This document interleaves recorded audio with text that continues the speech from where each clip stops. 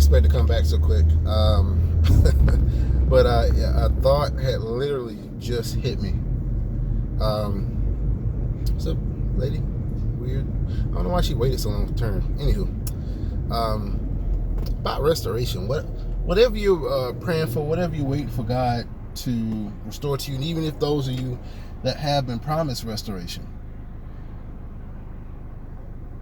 you have to understand the process.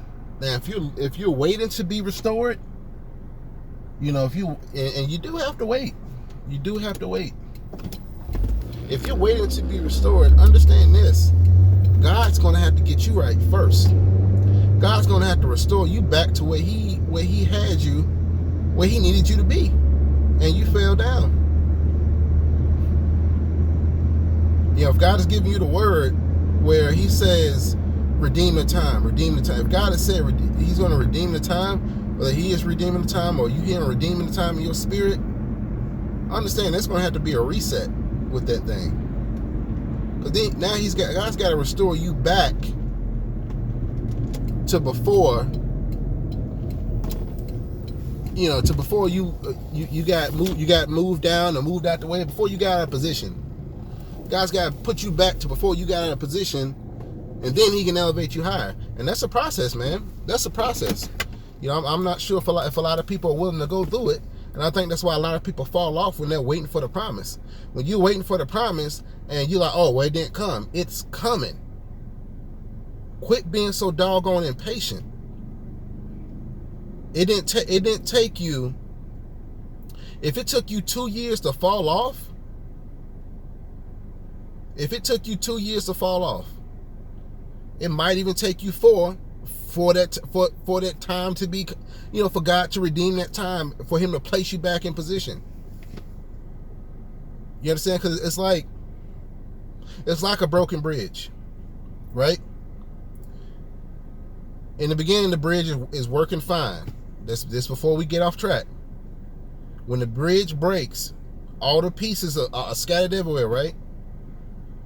So God got to call in the carpenter. He got to call in Jesus. Jesus got to call in the angels. You got to get the word in there.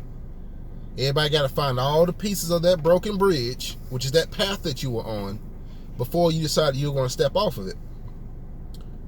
And then they got to rebuild that bridge. And then they got to rebuild it better. That stuff takes time, man. That stuff takes time. You have to have patience enough. And that's one thing God's been telling me. And I always, and that's something else again, I always give to everybody else.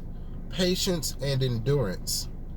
It's coming. It's going to happen. And this isn't one of those words to sit up here and say, oh, well, yeah, your season is coming, brother. Your season is coming, sister. No. This is just to tell you guys that I've ran into a lot of people that I've been talking to, and some people that I still continue to minister to. And every time I talk to them, it's like they get tired in waiting. And I'm like, what are you getting frustrated for?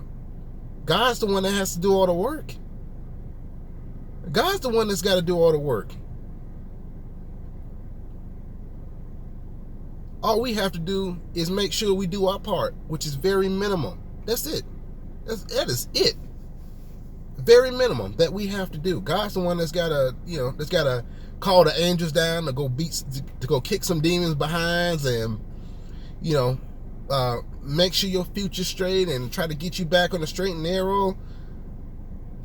We have such an easy job, and God only asks so little of us. God may ask you to apologize. God may ask you to go give a sandwich to a homeless man. Whatever he's asking you to do, trust me. While you're in the process of being restored, while you're in the process of just of anything with God, while you just in the process, he's asking very little of you. And we should be grateful. We really should be. We should be grateful that God allows us to take part in our own healing, in our own restoration. But I'm gonna get out of here and get back to it, man. It was weird. That just kind of fell on my spirit while I was out here. But you guys have a good one, okay? I pray the entire armor of God over the viewers of this video, man, and you guys stay blessed.